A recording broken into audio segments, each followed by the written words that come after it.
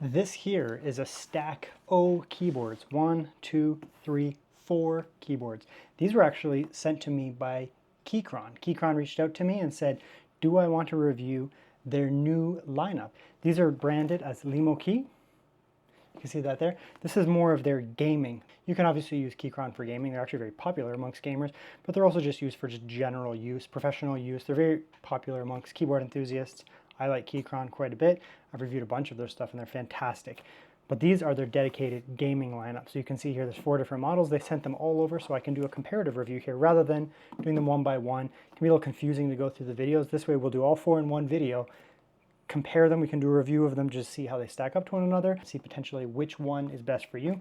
So we have 2 full-size ones here, Lemokey X3, Lemokey X3, slightly different models here, X3A3 on this one here. This one here is the X3H3. These are the full-size ones. We have a 96% keyboard here. This is the X5A3, 96%. And then you do have one where you're going to lose that dedicated numpad. You can see that there. And this is the X1A3, 10 keyless. So very, very similar. But let's open up all 3 of these and see how awesome they are. I'm assuming they're going to be pretty good, but they're pretty much brand new. So let's jump into them and see how they stack up to one another and potentially see which one is my favorite. Is this turning into a keyboard channel? I don't know, but I'm not mad at it. So they're going to have very similar specs. You can see here, this one's full-size layout, whatever. This one's gasket mounted design. They'll all be the same. Open source firmware, QMK. You can also use VIA. 100 hertz polling rate, so it should be fast, basically, if you're playing games, because it's a gaming device. And 14 lighting effects. Do they all have 14 lighting effects? Just quickly look at that. Yeah, they do. Yeah, so they're very, very similar. Like specs, the raw specs on the keyboards are going to be very similar. So they're relatively light. Keychron stuff is generally relatively light, but they feel premium. It's a plasticky build to keep the weight down, right? So you're not going to have a big heavy metal thing or anything like that. The keycaps themselves look pretty good. Keycap printing. Obviously you have that kind of, it's not red. It may look red on camera, but it's not. It's also not salmon. It's like a dark salmon color. Is that a thing? Is that a real color? L key for Lemokey. Take off the L key for Lemokey. Okay, you can see that there. All right.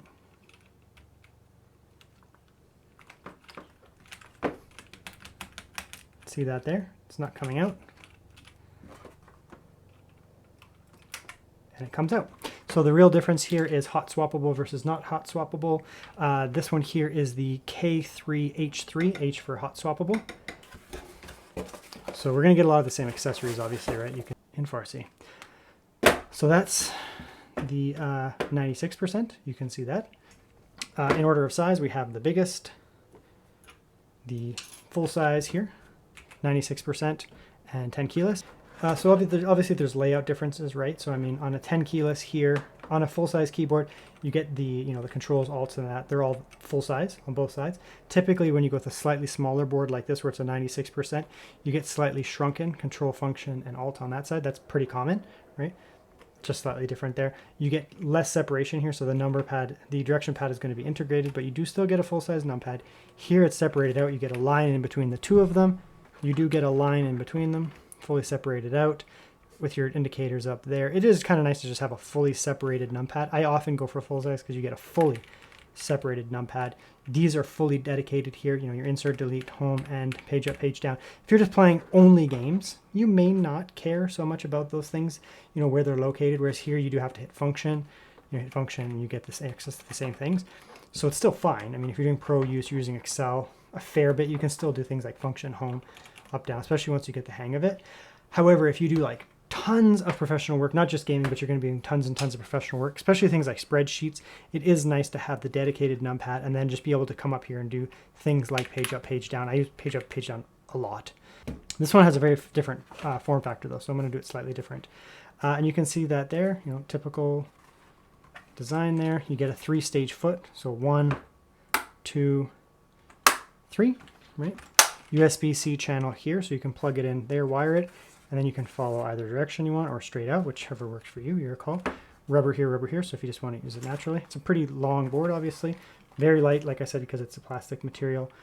Feels pretty good, though. The quality of the plastic feels good. I mean, it's not going to be as nice as the, super high-end Keychron stuff, but it feels pretty nice actually, realistically, especially for a budget gaming keyboard. That looks good. Realistically, this is the same type of board, right? See that there? Same thing, 3-stage feet. The channels are not present. You actually just come right out of the back there, so you don't have that feeder channel running out. That's fine. Right? Otherwise, it looks very, very similar. Same type of sturdiness, same type of material. And then the 10 keyless actually has a slightly different design. So I set it up separately. You can see there it has the flat board style with the raised up, right? Whereas these have a lip around them, right? So you get a lip. See that there? And then the key is recessed into the actual board. Very traditional style. This is more of a modern style where you have like a actual flat board, right? And then you have the keys actually sitting on. Keychron does this style a lot, where you have that there. And then it's raised up. The keys actually sit on top. Very nice. You actually get a nice little pattern on it. What's this here? What's underneath here? Ooh, it's got a little design thing going on here. Yeah. Look at that. The 10 keyless one's got a little bit of a nice premium thing going on here. You get a nice shiny gloss to it. These ones don't have that, right? So you get a little bit of a nice shiny gloss to it. Slightly different feet, so you get 2-stage, 1, and 2. That's rubbery too. Right? It's rounded on the bottom, a little bit different. That's a rounded kind of design, whereas this is more square. Again, a little bit more of a traditional style gaming keyboard. Very interesting. And the weight is different too. So yeah, in the hand, this is actually heavier than this here because it's a different type of material. This is like a more of a simplistic plastic. This one here has actually a rugged, I can feel how much sturdy it is. This is a very sturdy board. Look at that. That's a lot of force I'm putting on that. A lot of force. Like that, a cheaper board, I could actually break it in half with that kind of force. Whereas this one here is a little bit thinner, right? And a little bit of flex on it. Still not flexy, I'd say, but there is some flex on it, right? Just a different material. But the weight on this is actually higher. So the 10 keyless, 838 grams. The 96%, yeah, 716. I'm not crazy. It is lighter. I think part of that is that 10 keyless consumers are a little bit more, is discerning the right term? They're a little bit more picky. Y'all a little bit more picky when it comes to certain things. So I feel like there's a certain type of board that a 10 keyless user would want, and this is going to appeal to them more than this type design. If they just made this design here in a 10 keyless, I don't think it would be as popular as this design here in a 10 keyless. However, I think the people who are going for 96% or full size are actually going to be fine with a more traditional design. So the hot swappable is, they have only one hot swappable. It's that model over there. This model here is the hot swappable, right? Then you can get non-hot swappable. These are not hot swappable.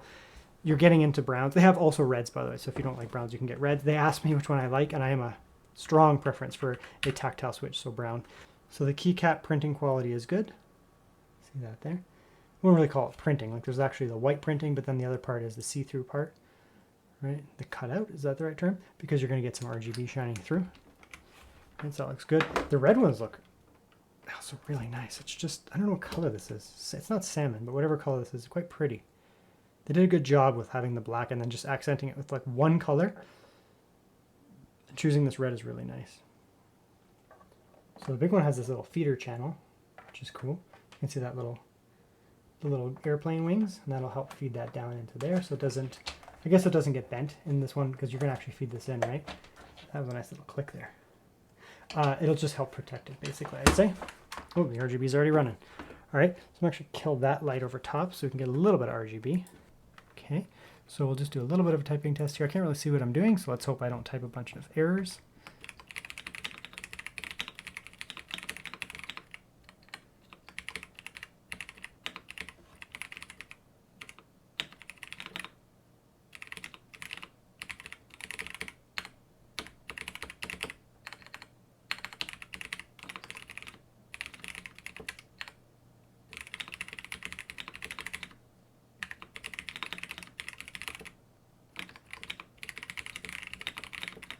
Let's switch to the other board. Okay, so this is the 96% here.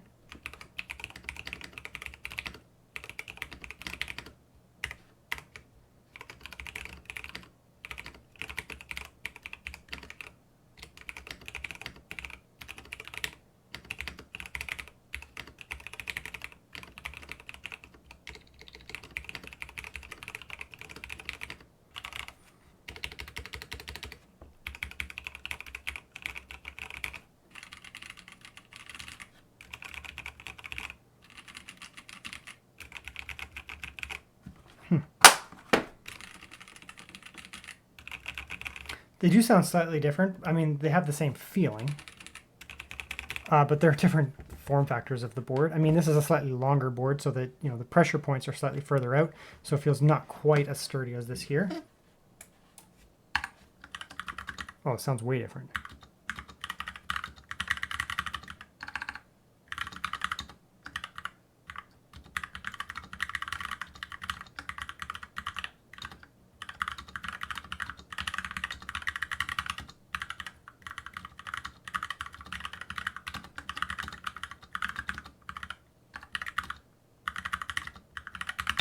Yeah, it sounds totally different.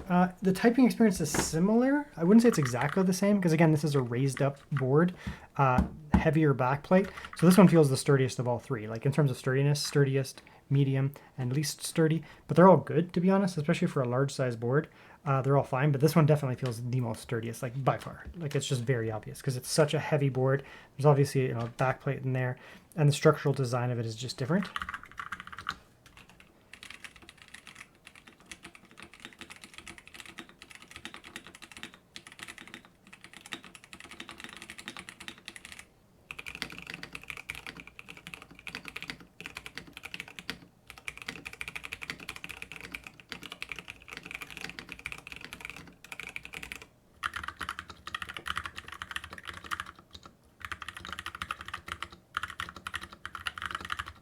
Let's look at the RGB, which I think should be the same on all of them, but I don't actually know that. So I'll kill off some lights here. Just a light on the left there. Right, you can see that there. That's the brightness there. So that's the brightness of the actual key. There's a lot of levels there. Holy smokes.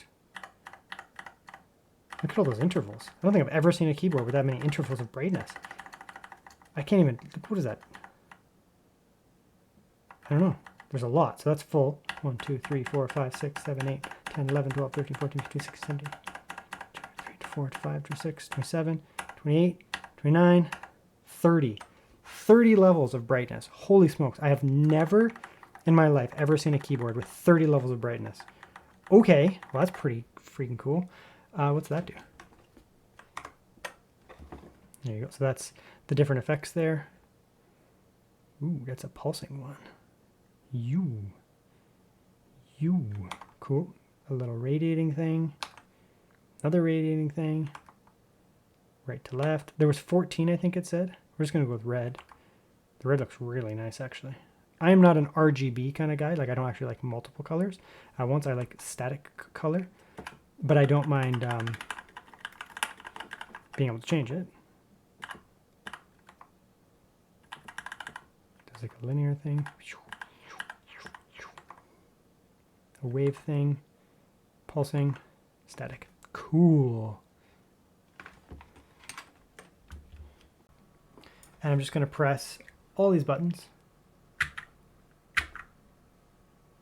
So 1, 2, 3, 4. See if I can do all of them. Yeah, see, it doesn't do all of them. And then if we go function N, do it again. So you can switch. So if you hit function N, you're going to get N key rollover versus, what is it, 6 key, I think it was. I think it said in here. So that's if you want to actually, you know, not be able to go and press a million things at one time. You can hit function N and turn that off, and then you're going to have a max number, right? Okay, now this one, of course, is a little bit different. This one here has the RGB rather than just R, I guess. But yeah, so let's come in here. So you can see here we get a true RGB on this one here, function, different effects. It's actually different effects too. Interesting. I guess because it's a true RGB. You just keep going through them. Now it's got a cool fading kind of thing. So that's, I guess, the difference here. You know, this one here is hot swappable, and then it also has like true RGB. These have red backlighting. I'm not gonna lie to you, I kind of just like the red backlighting. It looks quite nice on these boards here. Having that red backlight, it contrasts really nice with black, and then you get a little bit of the red accent. It looks fantastic. But I guess if you really want like multicolor RGB, you can go for this one here. And then of course you do also get access to the hot swap. It's gonna be your pick. That's a slightly different difference there. These all feel very nice. They feel good. Their cost is quite a bit lower than what you get for some other brands. And you know, you're going to be buying into a keyboard like this with a brand like Keychron, behind it, you know you're getting good quality, you're going to get good customer service. You know, something goes wrong, you can actually communicate with the brand rather than some rando that who knows, right? Who knows what's going to happen in terms of support and that. So pretty happy with all of these here. I don't know which one I want. I'm actually just probably for the next like few days just going to keep rotating them. This is the first time in my life I've been able to like get the exact same keyboard from the same brand with the same switch and decide, do I like a 10 keyless? Do I like a 96%? Do I like a full size? Do I need hot swap? Do I need RGB? Or am I okay with just the nice red? I don't know, but I can finally experiment. But for you guys, those are your options there. I'll put some links down below to the website directly. If I can find them on Amazon, I put down affiliate links to Amazon itself, not Keychron, not Lemokey. Keychron, put them down for Amazon itself. Of course, if you shop through the Amazon store, it does help me a little bit. The Keychron stuff will not be affiliated. I have no affiliation with Keychron or Lemokey, so I'll just put those down. You can shop directly. It's your call.